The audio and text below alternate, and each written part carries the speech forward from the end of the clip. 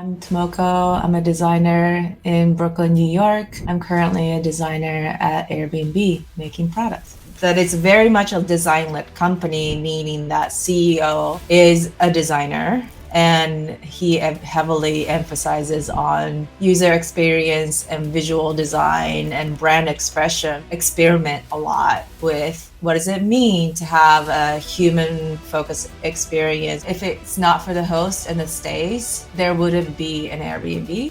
Hey everyone, whosoever is watching the Design Hack podcast today, we have a very special guest with us, uh, Tomoko, and she has been currently working as a staff experience designer at Airbnb, and she has amazing amount of experience in the industry. And today we're going to talk about her journey, how she grew into design, and more around that. So let's get her on the podcast and let's get started. Hey Tomoko, how are you? Hi, good morning. How are you? Pretty good. Let's just start with a introduction of yours for the audience out there. Great. Hi, I'm Tomoko. I'm a designer in Brooklyn, New York. I'm currently a designer at Airbnb making products. That sounds amazing. Let's just start with kind of a bigger question. I know that you have worked across different industries and different amazing tech giants like Airbnb, Glossier, Angie. What do you think has been the most defining moment that shaped you as a designer and a leader? Yeah, I think those defining moments are really hard to see when you're actually in it. But in hindsight, I think my defining years was actually the years that I was working at Huge, which is an agency that I worked at in Brooklyn. I say so because when I was there 10 years ago now, I met so many of my great coworkers and great friends who I call my dearest friends today.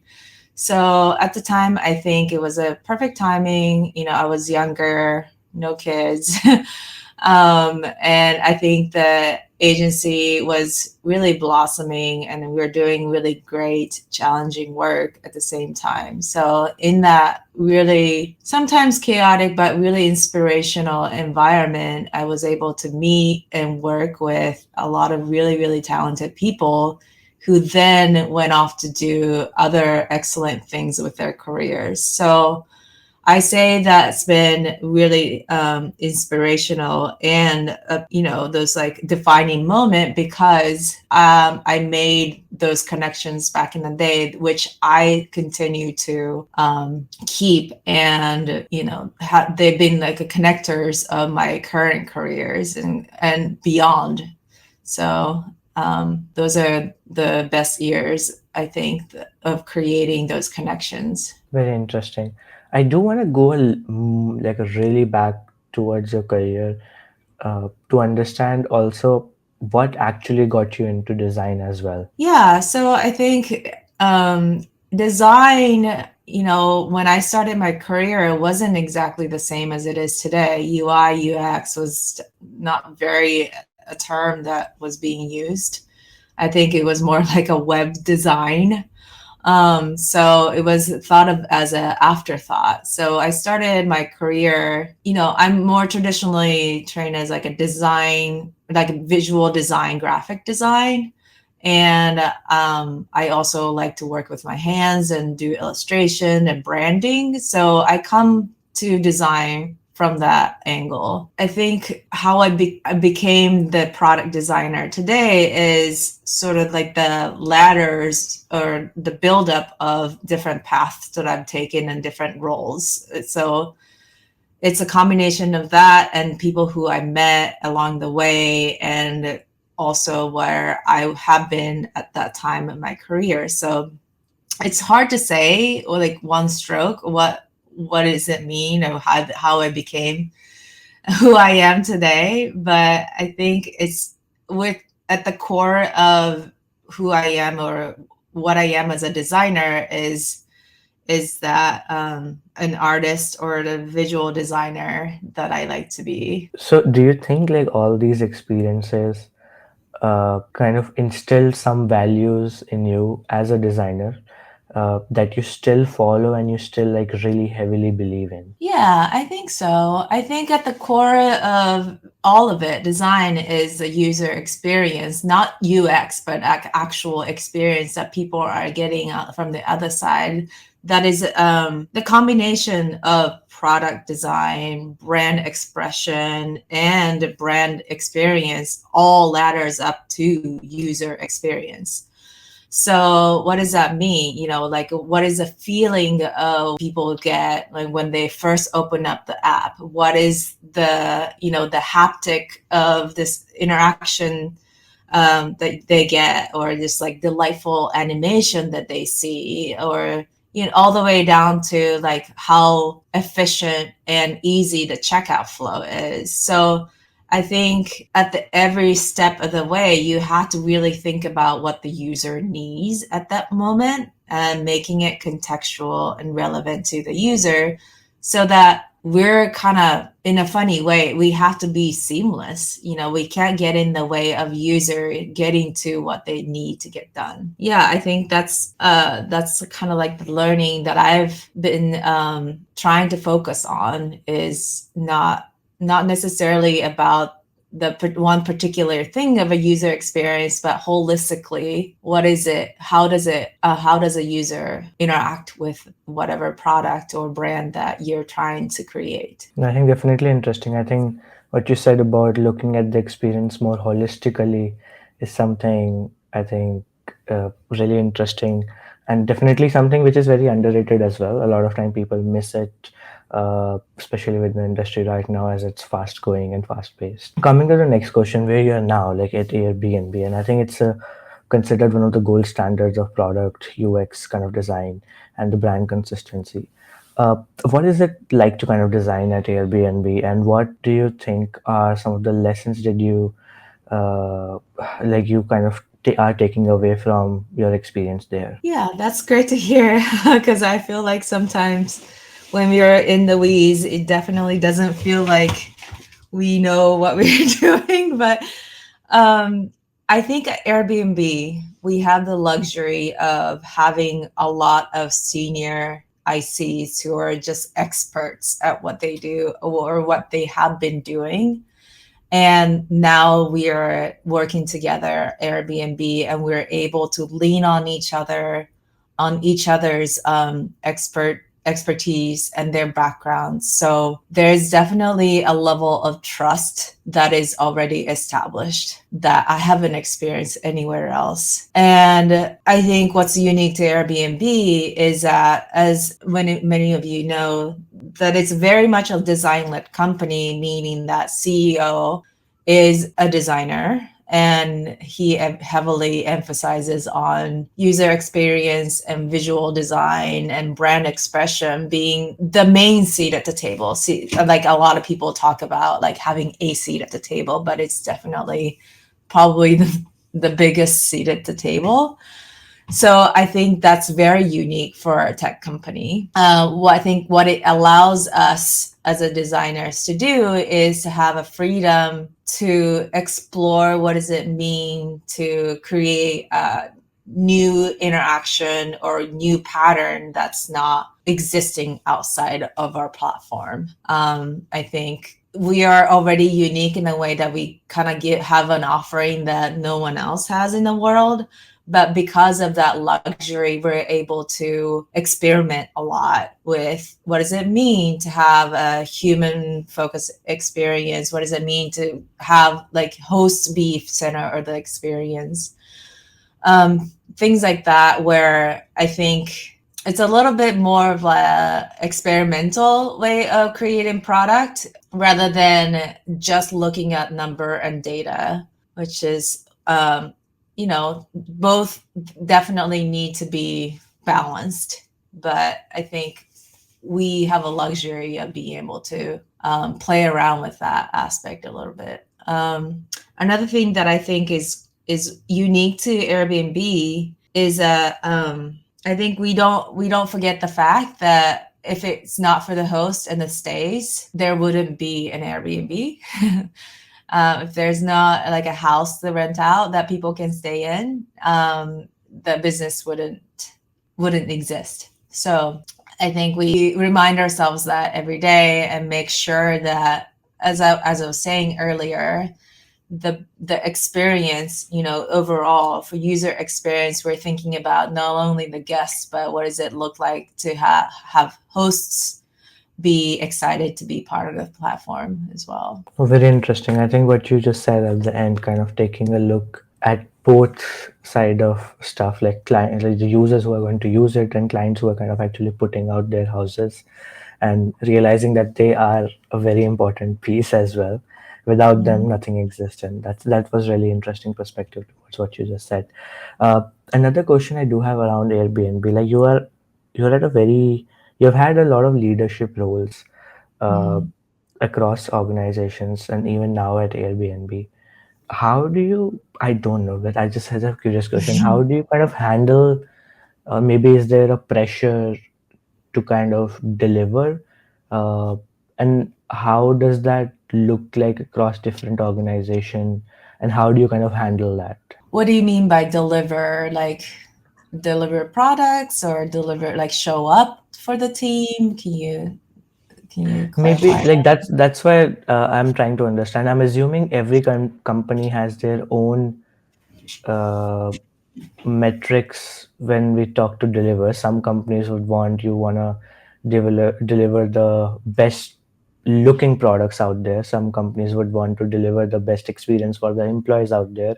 And I feel as a leader, what do you think are kind of the important factors you always kind of put on the pedestal, that these are some things you don't want to kind of uh, sacrifice on in a way? I think something that I personally keep in mind in terms of what my role is for the team or what I bring to the table when whatever company that I'm working for is that I'm being hired as a designer, product designer, pretty senior one. So I think as you get higher up on the ladder, or like as you have, worked longer in the industry, the standard of which what you have to deliver changes.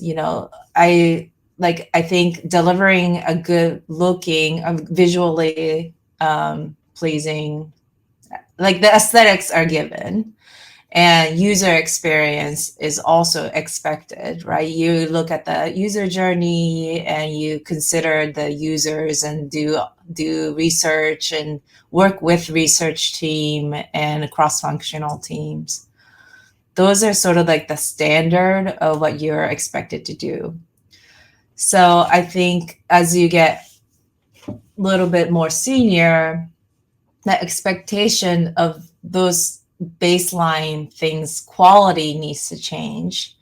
So the visual design, you can't think about it just statically, like how does it move? How does it flow with the user journey? What is it? What's the interaction of how everything comes together becomes more critical.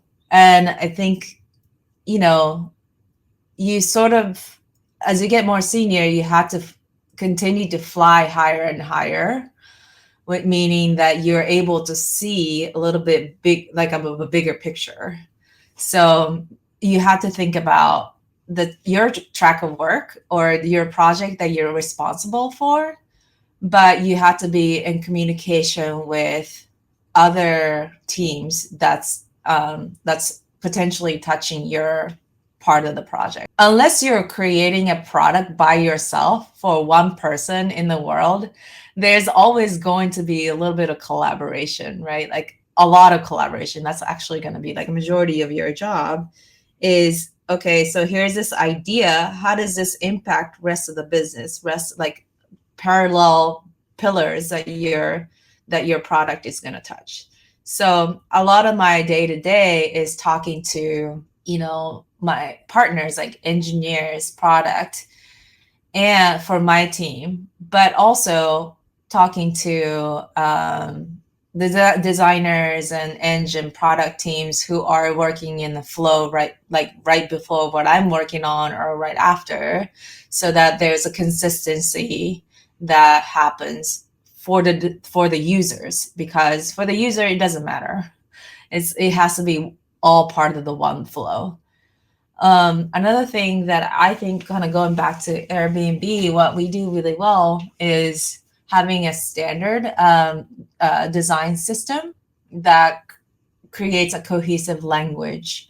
So I work a lot with design system people, making sure that the components that we're creating or using are consistent from a visuals and interaction and the user standpoint. Very interesting. I think definitely what you said is, uh, I think what I've looked up in a leader, and I have fortunately enough I have had really great leaders in my life Mhm. while working across different brands, and definitely I think these are the qualities even as a junior or like an intermediate designer we look up to, and definitely something like interesting. Uh, Mhm. Going forward, continuing on the Airbnb conversation, like you have played kind of a role in the diversity and belonging at Airbnb. What like how did that kind of initiate influence on the culture of air design at Airbnb, and what do you think other companies can learn from these stuff? Yeah, full transparency, the engagement and diversity and belonging council just started for me. That's something that I have always been curious and interested in throughout my whole career, because I am who I am. So I have been lucky to actually become a member of the DMB Council starting this year. So I think the tech companies today are put in a interesting position with the political climate, where I feel like a lot of this conversation is strangely political, and I it's a tricky one to discuss, because in my opinion, like, diversity and belonging is a personal one. I think you have a lot of coworkers that you work really closely with, and you have to respect and give space for other people to be who they are. And I think at the core of DMB initiative, that needs to be, creating a safe space for people to talk about their emotional safe space is is an important one. And I think, due to the way that we're working together, it's remote first and Zoom, we're missing a lot of that human connection today. So, which which isn't necessarily an easy thing, especially for things like diversity and belonging, where a lot of that human connection comes from like unspoken language, or those like connections that you feel with each other. So like some of the things that we're discussing are like, how can we create a more connection with each other internally, in addition to how do we connect to communicate to outside world about who we are.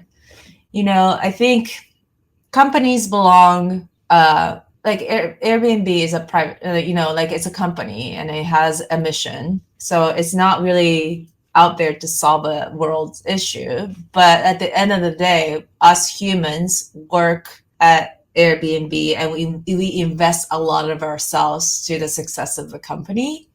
So I think it is definitely important for companies to make space for people to um, be themselves, and who support who they are, and create emotionally safe space for people to thrive.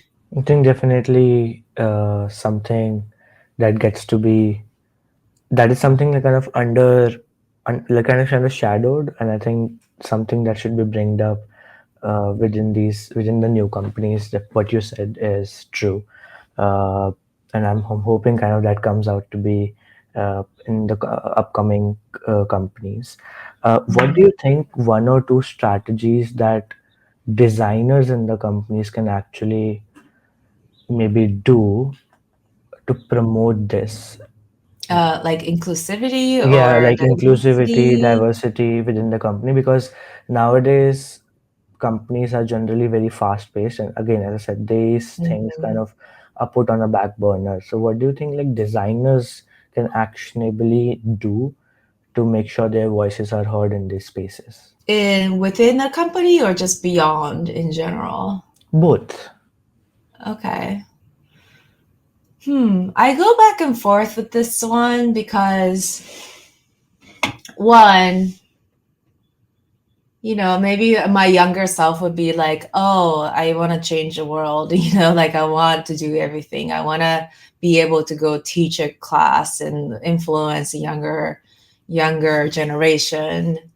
And then other side of me is it's okay to, you know, it's okay to protect yourself, and it's okay to sort of not take on too much and make sure that you are okay first and foremost before you do anything else. So I think it's a big challenge for us to say, like, what can a designer do? Of course, different people have different level of energy and additional resource and to like help each other. But I think at the core of it, what it comes down to is taking care of you and your closest group of people first, which means like maybe you start off with your immediate team that you're working with at work, and making sure that you're creating you're showing up in a way that you want others to support you, making sure that you don't always only talking about work, but finding ways to communicate to each other as human, whether that be like a little coffee or sending each other flowers in a special occasion or something like that, where it creates a little bit of like human connection. Because at the end of the day, like work is work, but also we're also humans too. We are always trying to connect to each other and trying to find people that you can lean on. So I think that on a bigger scale, designers are natural communicators. So we're always trying to solve a problem. We're always trying to communicate a problem in a more succinct, clear way that users can or people can either see it as a problem or solve it on their own. I don't necessarily think that design has to solve everything, but it needs to ask the right question for people to solve. So I think designer's role in a bigger sense of the word is how can we continue to highlight the questions that people need to ask themselves and go from there. I don't think we're here to solve everything. We're just here to kind of let people see what is a problem and what they can do to solve that problem. A very great insight, I think, what you just said at the end. Uh, awesome. So I think let's go back to the work that you have done at some of your older organizations. So I know that you have led like massive rebrands and product overhauls. Like for example, you at Angie, you kind of merged three brands into one. Uh, Following up on that, what's the secret to kind of executing these large scale design transformations kind of successfully? At Angie, I had a pleasure of working with someone that I used to work at Huge. I think this is something that I was alluding to earlier for a defining moment. This is someone that I met when I was at Huge and continue to stay in touch and stay close friends with. And so I think his leadership had a big impact, but definitely something like this, you have to have the right people in place who understand the momentum that the company is in. Um, we often don't realize is that brands don't become who they are overnight. Like I think it's many years of iteration, many years of redefining who they are. Even looking at Airbnb, like when the logo was initially, our current logo was initially released, we didn't get a very good review, but I think it's one of the beloved brands out there because of how it kind of matured itself, or became, it sort of grew into itself. So embracing the journey of the chaos, I think, is a really good point here. It's really messy at the very beginning, and it's not perfect initially. It's never perfect, actually. So just embracing the messiness and doing what you can every day to sort of do the best of what it can be is the key to creating a brand. I don't think that, yes, overhaul is a big hump or like a big wave that you have to overcome, but I feel like we're doing that every day. I do it every day by releasing a feature or working on a component that is slowly having an impact on shifting or adjusting the brand direction. So I think, product overhaul, brand overhaul can happen very much incrementally. But when it has to happen in a really big scale, for example, like Angie, you have to have a right leadership in place who's empathetic and able to lead the team on a human level so that they're like, people really believe in the product and people are really excited to see what it can be because it doesn't exist yet. So like people, the team is the most critical part of the success. Very interesting. I think definitely a lot of takeaways on this. Now, going forward with another kind of thing. So, women in tech and design kind of face their own unique challenges. Uh, from your journey, what are the biggest obstacle women face in kind of leadership roles, and how can the environment now kind of create more opportunities for them? Yeah, the age-old question of women in tech. I think there's two parts of this answer. I think I can answer it from the aspect of like women in tech, women in color in tech. And being a mother in tech is a whole nother thing as well, because I'm a mother too, and I've definitely come across my certain unique sets of challenges there.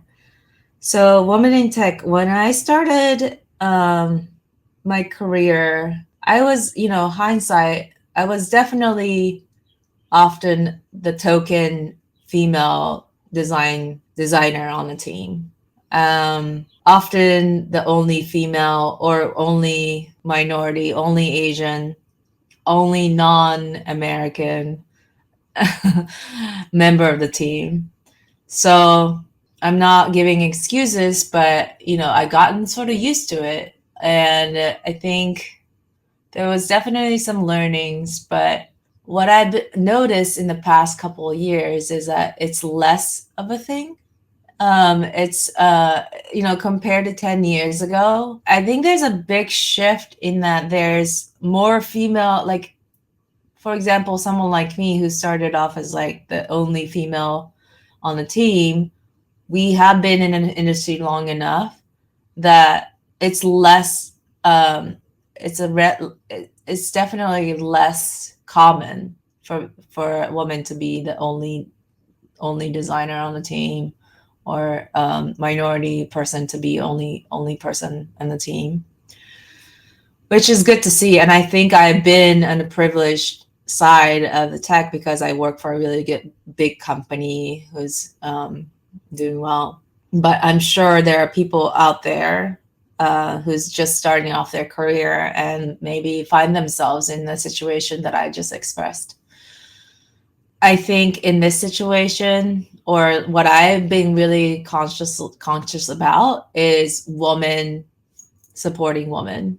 Because we're now in a leadership position, I'm conscious about like how can we create an environment that where we're like supporting each other and making sure that the voice is not only heard but it becomes a norm. Like I'm not shy about raising question like, hey, like I see a leadership, this level of people, I don't see any woman being promoted to this level. Or like I also feel like I'm in a very privileged position to work in a company where my boss and then boss's boss is female, and it just isn't so much about being a woman, but it's definitely more about diversity.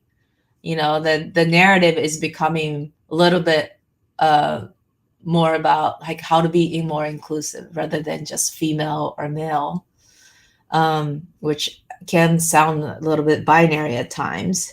So I think that, like women by nature are like really great about embracing collaborative environment, um, kind of leaning into the nature of who we are, like being empathetic, aware, and then better in groups, and can definitely contribute a lot to how we create products. Because we have to listen to our audience, we have to create a product that people use. So at the end of the day, it's about listening and collaborating and taking in those feedback to create a better thing that we design. No, definitely. I think all these points are valid, and definitely, uh, what you said, there is a kind of support that is needed towards this, and obviously there are multiple things happening in the industry now as well. So uh, that is amazing kind of perspective towards it. Uh, Going forward with some of your design experiences around brands like Glossier, Airbnb, where kind Mhm. of community plays kind of a huge role here. Uh, what do you think, or how do you design these experiences that actually foster like a real human connection there? I think brands that are saying that they're community based, they have to walk the walk. What Glossier did really well is listening to the users, and they become part of the company. There was a lot of, um, I think what they are doing really well is having a really robust commenting section on the website, and just like crowd, it's not necessarily like a crowdsourcing, but it's real like listening to what people want. Like Shade Finder, for example, I think they're one of the first people who to introduce like many many different shades of skin, like products that to match people's skin tone, which I felt, I think that users felt like they were seen, and it was like really embracing the diversity of skin tones in the world. So, and I think another example for Airbnb is allowing super hosts to onboard other hosts who are new, like new hosts. So leaning into the community who already likes your product or is part of the company is key. If you want to be community based, you lean on community to do the work with you. So the community becomes part of the product, and they're then proud owner of your company and the product itself. No, I think what you just said is very interesting. Okay, again, I never looked at it that way, but uh, kind of making these superhosts feels they are part of the company, and Mm-hmm. they're technically uh, picking the right folks to kind of be within. Like that is really interesting take towards to make them feel that whatever they're doing is actually contributing to a bigger vision and bigger Mm-hmm. kind of community, which is very interesting take on what you just said. So yeah, I think that is definitely something people would wanna think about. Yeah. Yeah. I mean, people don't trust brands, they trust other people. So, like, if there's human saying the actual thing, they're more likely to believe what they're saying rather than us, like advertising that we're a certain way. True, and I think that's why like word of mouth has always been the best kind of marketing that any company can do. And Absolutely. I think that's what I feel like, especially with Airbnb and a lot of apps like these or like products like these. If your product itself delivers the value, I think the consumer will give you a recommendation without even asking for it, and they would do it without even knowing that they are doing it. And I think that's how comfortable they would be, I would say so, Mm-hmm. right? Mm-hmm. That is definitely interesting. Okay, so going forward with like kind of a global experience of work, you have obviously worked at Singapore and even in US. Uh, what kind of are the key cultural differences in like approaches kind of across these regions, and how does that impact the UX? This is a good one because, yeah, I've done work in the States and I've worked with also Japanese clients, and I also lived and worked in Singapore. And I think the key learnings that I have is what people want isn't that different, but the clients are different. The process of which the work gets approved is very different. Another thing that is different also is our beauty standards. I'm using this as an example because when I was at Singapore, I was working for a big beauty company, skincare company, where we had to do photo shoots and things where, where I felt like those beauty standards are slightly different than that of this, like America or the States. So, there's when we're creating product, we had to consider the legal restrictions and what we can say, how we can say those things, and how much of it we had to say on the site. Things like that definitely impacts the work, but also the client relationship makes a very, very different outcome to the work as well. So, Japan by tradition is definitely more top down than a lot of more progressive companies in the States, where decisions can be made in the room during the presentation. So that impacts the way that you work and then the outcome and the design that you create for the client. Yeah, that turns into like how much freedom designers are given, how much of a problem solving that we're able to do with what we're given. So, yeah, I would say it's not necessarily about the countries themselves, but the company culture of who you're working for. So we could, you can work for a very progressive company in Japan and maybe have a very, very different experience than I did. Or you can have a, more traditional company. You can work for a more traditional company in the States, and maybe it'll be very different, and I'll have a different answer. But yeah, I think it kind of depends on the leadership of which company you're working for.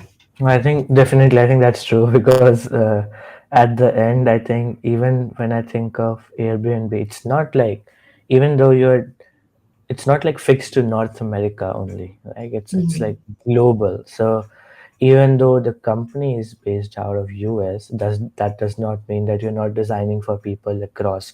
And what you said was really amazing, is that you are designing the same thing, but the clients tends to be different. Right? At Hmm. the end, everybody wants the same thing. It's just uh, technically they like the clients just change, the users just change, the place just change. But Yeah. that is really very kind of deep insight, I would say.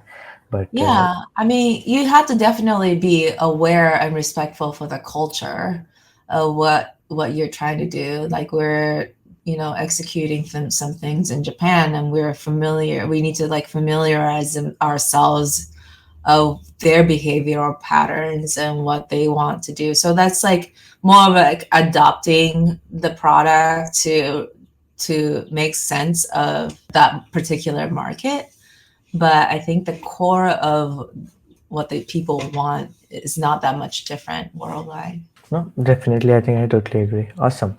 So going forward, kind of, what do you see in terms of the future for like UX and product? Where do you see you product or UX designers in like 5 years from now? I think people are going to start to diversify in the way that they like to work. Um, some people are going to stay remote forever. Some people are going to move to a city that they want to work in. It also depends on where you are at your career. So, I think if I was younger, much younger, I would want to have more human connection and mentorship. So like maybe I'll choose to work for a company that has a little bit more in-person connections. But as we have more technology, AI, and things like that, that could expedite some of the processes of design. I think for me, I can only speak for me personally, but I probably gonna lean towards like more storytelling and human connectiveness or human connection of what the design can do. What AI does is allow us to kind of, speed up the sketching part. Like we say, like here are 5 different concepts. Like maybe it used to take us 2 days to comp up, maybe it'll only take us 30 minutes to do or 10 minutes to do. So it helps us to like have that conversation sooner, and land in on alignment quicker concept wise, and we can spend more time in execution refining what it is and how it's executed, and just getting into the nuance and the beauty and the details of what makes the product feel very connected and human. So, and I also feel like because of the technologies that are available, we become more as like a narrator or like tastemakers of what it is that we want to see. So we become a curator, like we have to curate the things that we want to see because there's so much of it out there, you know. So certainly these technologies makes us easier to do our job done, but because there's so much more noise, we have to stay focused on what it is that we want to create rather than getting distracted by, oh, we can do this and that, and like anything that is too much or what does too much of is never good. Like the buffet is never that good as like going to just one uh, artisan who can get one beautiful thing done. So I think we need to stay focused as to like make sure that we are defining the role of these technologies and not losing ourselves in this the massive amount of information and available resources. I think that is really a different perspective towards what kind of future look like, and definitely something people should ponder upon. Uh, so I do have just last two kind of sections of the podcast. One is to kind of summarize your insights into one, in terms of what do you think, like if you were a budding designer now, what's one insight you would want to give to them, uh, that do you think they should know or they should kind of work towards to have a great future? I think if you're young, stay curious and ask a bunch of questions. Don't pretend to know anything. um, you are able to make mistakes. There's never, you will never sound dumb, so you won't have to feel embarrassed to ask questions, and go after the people that you respect and see if you they can mentor you. I think mentorship, and even if it's, if it doesn't have to be an older person in the same industry. The mentor can be your friend or someone who's in finance or in law or like a completely different field who you respect. I think having a being able to have a different perspective, who can empathize with you, your particular journey, is very, very important to have success in your journey. Um, I also think that if you're young and you have more time, just go out and meet people. There's so many opportunities out there, like creative mornings. I don't know if you have creative mornings where you live, Ape, but you know, going into those like public gatherings where you can meet people is really important. And being in a work environment or in a situation where you're a little bit nervous is always a good thing, because that means that you're growing. Like, be in a place where you feel like you're an imposter, because that means you're uncomfortable and you're learning and you're growing. So I think that's really, really important. And also, another thing that I've tried to do my entire adulthood, is like staying true to what you're passionate about is important. Like, yes, you can take a job because it pays well. It might not be the best job out there, but make sure that you're also doing the thing that you're really passionate about, even if it's on the side.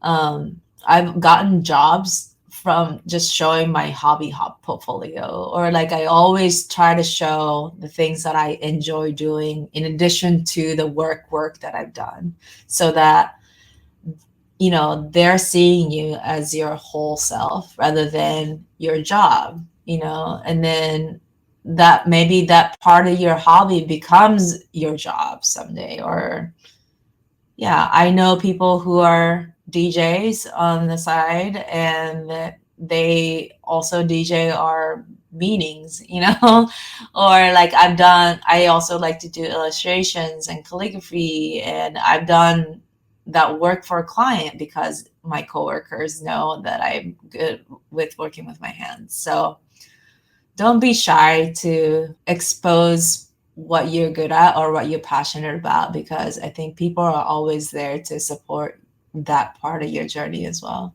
I think bunch of interesting insights here. I think definitely really actionable as well, that I think budding designers can take forward and work on it. Mm. Amazing. So do come to the last section of the podcast. It's kind of a fun round. So we do a rapid fire round. I do ask you with 3 to 4 questions.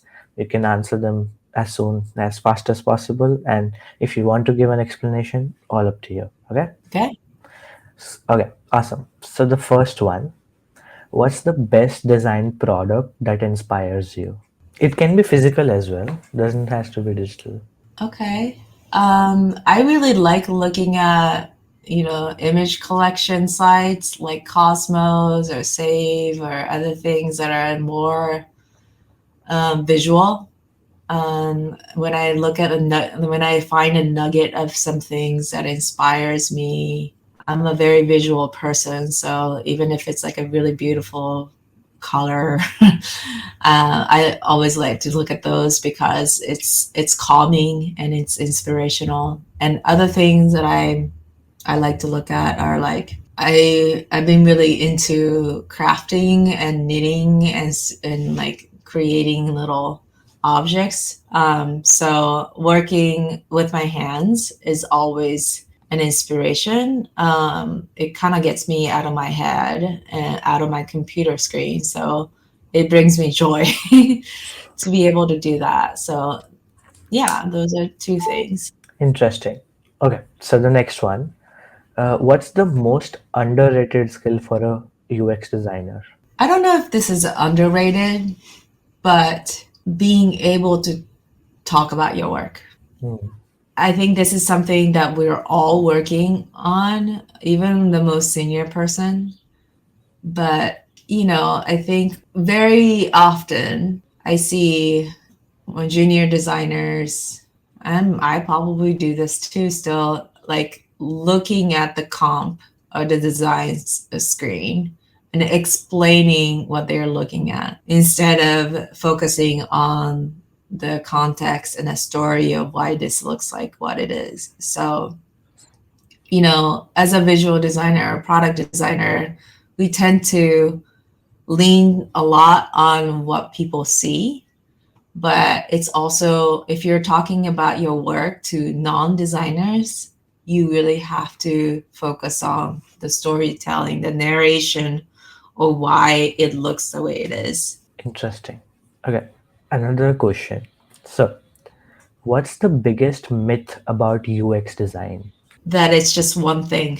Hmm. um, I think I don't hear this as much anymore because I think the industry and the structure of the companies have shifted in a way that it used to be like, are you a UX designer or visual designer? Hmm. UI or UX? And it's not that anymore. And I used to think that it's a very much of a false separation because it's all the same. It's all under the user experience. I think we tend to narrow down the UX as just Figma prototype, but what we need to make sure is like UX is all of those things. User experience is all of those things. So you can't just be a UX designer and not think about color or visual or photography. You need to think about design holistically. And I say this because I've seen some designers come out of more like a bigger tech giants where they're UX designers and they say I'm not a visual designer. Like, well, as long as you're creating a product, you are a visual designer. You're looking, like, we have to look at the thing that you design. Yeah, that would be my answer. Very interesting. Okay, so the last one. If you weren't a designer, what career would you have pursued? I think it would be doing something more. I would be doing more of what I do on the side, which is crafting, creating. Also love to like draw, and I'm also a mother of two young boys, so I'll be creating things with them. Something that I do already, illustrate the day to day things, and I hope to do that. I hope to continue to do that, and then I want to do more with my hands, doing ceramics, painting, or drawing, or yeah, just to be connected. Definitely something interesting. Amazing. I think thanks a lot to Moko and kind of coming up. I would say your insights have been really valuable, and I think we have got a ton of insights from your journey, a lot of actionable advices as well, a lot of different perspective towards amazing uh, emerging topics in the industry. Definitely a power packed session. People can get a lot of crazy insights from this. Again, thanks a lot for kind of taking our time for coming on the podcast and giving talking about your journey. My pleasure. Thank you so much. Yeah.